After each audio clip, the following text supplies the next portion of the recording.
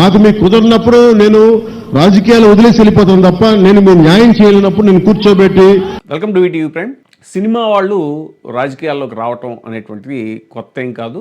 చాలా దశాబ్దాల క్రితం నుంచి కూడా సినిమా యాక్టర్స్ ముఖ్యంగా వాళ్ళకు ఉండేటువంటి గ్లామర్ని దృష్టిలో పెట్టుకుని అది రాజకీయాల్లో ఉపయోగపడుతుందని రాజకీయ నాయకులు వాళ్ళని పాలిటిక్స్లోకి తీసుకున్న సందర్భాలు ఉన్నాయి. వాళ్ళంతటా వాళ్ళు సినిమా యాక్టర్స్ ఇష్టపడి రాజకీయాల్లో చేరిన సందర్భాలు ఉన్నాయి. ఇక సౌత్లో తీసుకుంటే సినిమా యాక్టర్స్ యొక్క హవా రాజకీయాల్లో ఎలా కొనసాగింది అనేటువంటిది మనకు తెలుసు. ఎంజి రామచంద్రన్ తమిళనాడు నుంచి, అలాగే ఆయన తర్వాత వారసురాలుగా జయలలిత వచ్చారు. ఇక్కడ మన తెలుగునాట ఎన్టీ రామారావు గారు సెన్సేషన్. ఆయన ఎన్టీ రామారావు గారి కన్నా ముందు కూడా కొంతమంది జగ్గయ్య గారు లాంటి వాళ్ళు, కృష్ణ గారు లాంటి వాళ్ళు రాజకీయాల్లోకి వచ్చినటువంటి సందర్భాలు ఉన్నాయి. వాళ్ళు కాంగ్రెస్ పార్టీతో అప్పుడు కలిసిమెలిసి పనిచేసినటువంటి సంఘటనలు ఉన్నాయి. ఇక ఎన్టీ రామారావు గారు వచ్చిన తర్వాత ఆయన పూర్తి స్థాయిలో రాజకీయాల మీద కేంద్రీకృతం చేయడంతో అప్పటికి ఆయన సినిమా కెరీర్ కంప్లీట్ అయిపోయింది కాబట్టి, అలాగే ఎంజి రామచంద్రన్ గారి విషయంలో, ఇక జయలలిత గారి విషయంలో కూడా వాళ్ళ కెరీర్ కంప్లీట్ అయిన తర్వాత రాజకీయాల్లోకి వచ్చారు.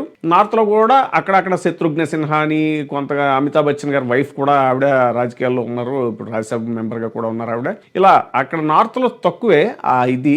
బట్ ఇప్పుడు అక్కడ కూడా నవనీత్ కౌర్ అని ఇక్కడ మన తెలుగులో యాక్ట్ చేసిన హీరోయిన్ ఆవిడ అక్కడ చాలా ఇప్పుడు యాక్టివ్గా ఎంపీగా ఉన్నారు ఆవిడ. ఇంకా మన స్మృతి ఇరానీ ఆవిడ బీజేపీలో మంత్రిగా కూడా చేశారు.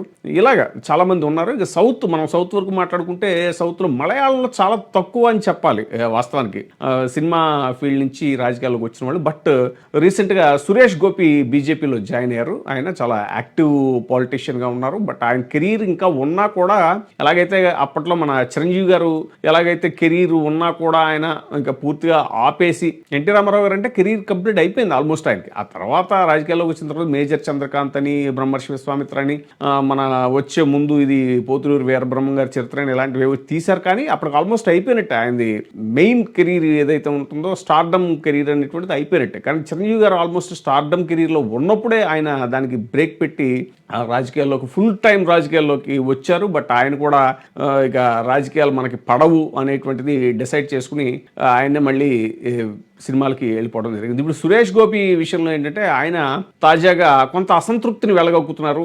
యాక్టివ్గా ఇప్పుడు ఆయన మినిస్టర్ కూడా అయ్యారు బీజేపీలో. బీజేపీని యాక్టివ్గా పవర్లోకి తీసుకురావాలి అన్న స్థాయిలో ఆయన విశేషంగా కృషి చేస్తున్నారు. బట్ ఎందుకు ఆయనకు ఒక అసంతృప్తి ఏర్పడిందట. ఎందుకనంటే ఈ సినిమాల్లో అయితే బాగా సంపాదించుకునే వాళ్ళం, ఇక్కడ ఎందుకనో రాజకీయాల్లో వచ్చిన తర్వాత మనకి సినిమా ఆదాయం తగ్గిపోతుంది, రాజకీయాల్లో పెద్దగా ఆదాయం లేదు అనేటువంటి ఒక అసంతృప్తిని ఆయన వెలగక్కారు అనేటువంటిది తాజాగా వినిపిస్తున్నటువంటి వార్త. సేమ్ కాంటెంపరీ పొలిటీషియన్స్లు తీసుకుంటే అక్కడ తమిళనాడులో విజయ్ మనకు తెలుసు. ఆయన ఇప్పుడు ఫుల్ స్టార్డమ్ని అలా హోల్డ్లో పెట్టి ఆయన రాజకీయాల్లోకి వచ్చారు. మరి ఆయన కూడా ఇటీవల కొన్ని వరుస సంఘటనలు చూస్తే ఆ మధ్యన కరూరు పర్యటనలో పెద్ద స్టాంపేడ్ జరిగింది. ఆ తొక్కిసలాట్లో 40 మంది దాకా చచ్చిపోవడం అనేటువంటిది. ఇప్పుడు ఆయన పెద్ద డిఫెన్స్లో పడిపోయాడు ఆయన కూడా.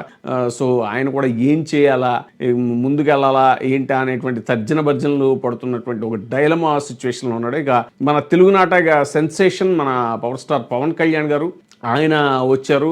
ముందు సొంతంగా పార్టీ పెట్టారు, తర్వాత పోటీ చేశారు, కుదరలేదు. ఇక తర్వాత బీజేపీతోనూ అలాగే టీడీపీతోనూ కూడా అలయన్స్లో ఇప్పుడు వచ్చారు. ఆయన కూడా పలు వేదికల మీద మనకు తెలుసు, నేను సినిమాను వదిలేసుకొచ్చాను, సినిమా ఆదాయాన్ని వదిలేసుకొచ్చాను, సినిమాలో ఉండేటువంటి కంఫర్ట్స్ వదిలేసుకొచ్చాను అని పలు వేదికల మీద ఆయన చెప్పడం అనేటువంటిది మనకి తెలిసిన విషయమే. ముఖ్యంగా ఆయన ఓడిపోయిన తర్వాత 2019లో ఆయన ఓడిపోయిన తర్వాత పదే ఈ విషయాన్ని చెప్పడం అనేటువంటిది మనం చూస్తూ వచ్చాం. కారణం ఏంటి అంటే సినిమాలలో కన్నా కూడా ఎక్కువగా సంపాదించవచ్చు పాలిటిక్స్లో అనేటువంటి ఉద్దేశంతో వచ్చేవాళ్ళు కూడా ఉంటారు అనేటువంటిది ఒక చర్చ ఉంది. కానీ ఇప్పుడు పాలిటిక్స్ అనేటువంటివి చాలా కట్అవుట్ అయిపోయాయి. చాలా నొటోరియస్గా, ముఖ్యంగా రాజకీయాల్లో పాతుకుపోయిన వాళ్ళు ఎవరైతే ఉన్నారో అన్ని పార్టీల్లోనూ వాళ్ళు సాధారణంగా ఈ సినిమా వాళ్ళని ఎంతవరకు కావాలంటే అంతవరకే వాడుకుని ఉపయోగించుకుంటారు. ఆ తర్వాత వాళ్ళకి ఎక్కువ ప్రాధాన్యత ఇవ్వరు అనేటువంటిది మనకు అనేక సందర్భాల్లో నిరూపితమైనటువంటి విషయం. ముఖ్యంగా మన జూనియర్ ఎన్టీఆర్ గారిని తీసుకుంటే 2009 ప్రాంతంలో టీడీపీ కోసం ఆయన ఎంతో గట్టిగా ప్రచారం చేశారు. ఆ తర్వాత ఆయనకి అసలు పార్టీలో సముచితమైనటువంటి స్థానం లేదు. ప్రతి ఏడాది నిర్వహించుకునే మహానాడు కార్యక్రమాలకు కూడా ఆయన్ని పిలవలేదు అనేటువంటి ఒక చర్చ ఎప్పుడు ఆ పార్టీలో జరుగుతూ ఉంటుంది. కాకపోతే ఆయన ఏంటంటే ఇప్పుడు ప్రస్తుతం తన కెరీర్ మీద దృష్టి పెడుతూ పూర్తిగా రాజకీయాలకు దూరంగా ఉన్నారు. చిరంజీవి గారి ఎగ్జాంపుల్ మనకు తెలిసిందే. ఇలాగ చాలామంది సినిమాల్లో వాళ్ళకు ఉండేటువంటి ఆ గ్లామర్ కానీ, లేదంటే వాళ్ళు చేసిన వీరోచితమైన పాత్రలు కానీ అవన్నీ కూడా నిజ జీవితంలో ఇంప్లిమెంట్ చేయాలి, జనాలకు ఏదో ఒకటి చేయాలి, తమ నిజ జీవితంలో కూడా హీరో అనిపించుకోవాలి అనేటువంటి ఒక ప్యాషన్ తోటే వస్తారు. కానీ ఇక్కడ ఉండే పరిమితులు ఏవైతే ఉంటాయో రాజకీయ చట్టంలో, వాటి వల్ల కొంత అసంతృప్తికి లోనయ్యి వాళ్ళు రాజకీయాల కన్నా సినిమాయే బెటరా అనే ధోరణిలో ఆలోచిస్తున్నారు అనేటువంటి ఒక చర్చ జరుగుతుంది. ఇక బీజేపీ విషయానికి వస్తే కంగనా రనౌత్ను కూడా తీసుకోవచ్చు. మనం కంగనా రనౌత్ కూడా ఆ మధ్యన చాలా యాక్టివ్గా బీజేపీలో ఆవిడ చేశారు.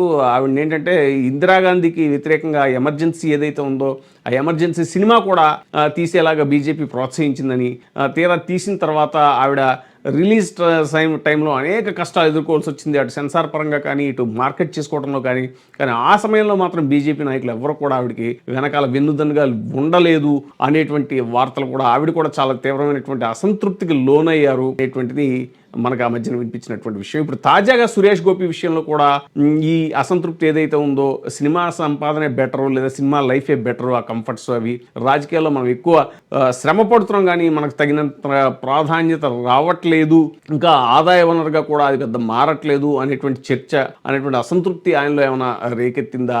తాజాగా పవన్ కళ్యాణ్ గారు కూడా అనేక వేదికల మీద మాట్లాడటం, నాకు మీకు కుదరినప్పుడు నేను రాజకీయాలు వదిలేసి వెళ్ళిపోతాను తప్ప నేను మీరు న్యాయం చేయలేనప్పుడు నేను కూర్చోబెట్టి నాకు నిజంగా మీ గుండెల్లో పెట్టుకున్న అభిమానం కంటే కూడా నేను ఉప్పాడ మత్స్యకారుల వాటిని ఉద్దేశిస్తూ కొంత తత్వం బోధపడిందా అన్న రీతిలో ఆయన ఎలక్షన్స్ ముందు ఏవైతే చాలా విగరస్గా ప్రామిస్ చేశాడో ఆయన, ఇది చేసేస్తా, అది చేసేస్తా, ఇది చేసేస్తా అని, ఇప్పుడు తీరా వచ్చిన తర్వాత అవన్నీ కూడా చేయటం అనేటువంటిది రియాలిటీలో ఎంత కష్టము, ఆ సమస్యలు పరిష్కరించడం అనేటువంటిది ఎంత రియాలిటీ ఆయనే మాటల్లో చెప్తున్నారు. దాని ద్వారా ఏర్పడినటువంటి చిన్న అల్ప అసంతృప్తి కూడా ఆయనలో ఉంది. అందుకే అవసరమైతే నేను చేసిన ప్రామిసెస్ నిలబెట్టుకోకపోతే రాజీనామా చేసేస్తాను, నెక్స్ట్ ఎలక్షన్లో పోటీ చేయను అనే స్థాయిలో కూడా ఆయన ఆలోచిస్తున్నారు అని అంటే ఈ సినిమా వాళ్ళు, ముఖ్యంగా సినిమా ఫీల్డ్ నుంచి వచ్చినటువంటి యాక్టర్స్ ఎవరైతే ఉన్నారో నో డౌట్ వాళ్ళు కొంత సెన్సిబుల్గా ఉంటారు, ఆర్టిస్టులు కాబట్టి వాళ్ళకి ఆర్టిస్టిక్ సెన్సిబిలిటీస్ ఉంటాయి. ఆ సెన్సిబిలిటీస్ వల్ల ఈ రాజకీయాల్లో ఉండేటువంటి ఆటుపోట్లను తట్టుకోవడంలో వాళ్ళు ఏమైనా వెనకబడుతున్నారా, ఆ క్రమంలో వాళ్ళు అసంతృప్తికి లోనవుతున్నారా అనేటువంటి చర్చ ఒకటి జరుగుతుంది. ఇప్పుడే సబ్స్క్రైబ్ చేయండి, లైక్ చేయండి, షేర్ చేయండి. WEITV ప్రైమ్, మీ ఉత్తమాభిరుచుల సమ్మేళనం.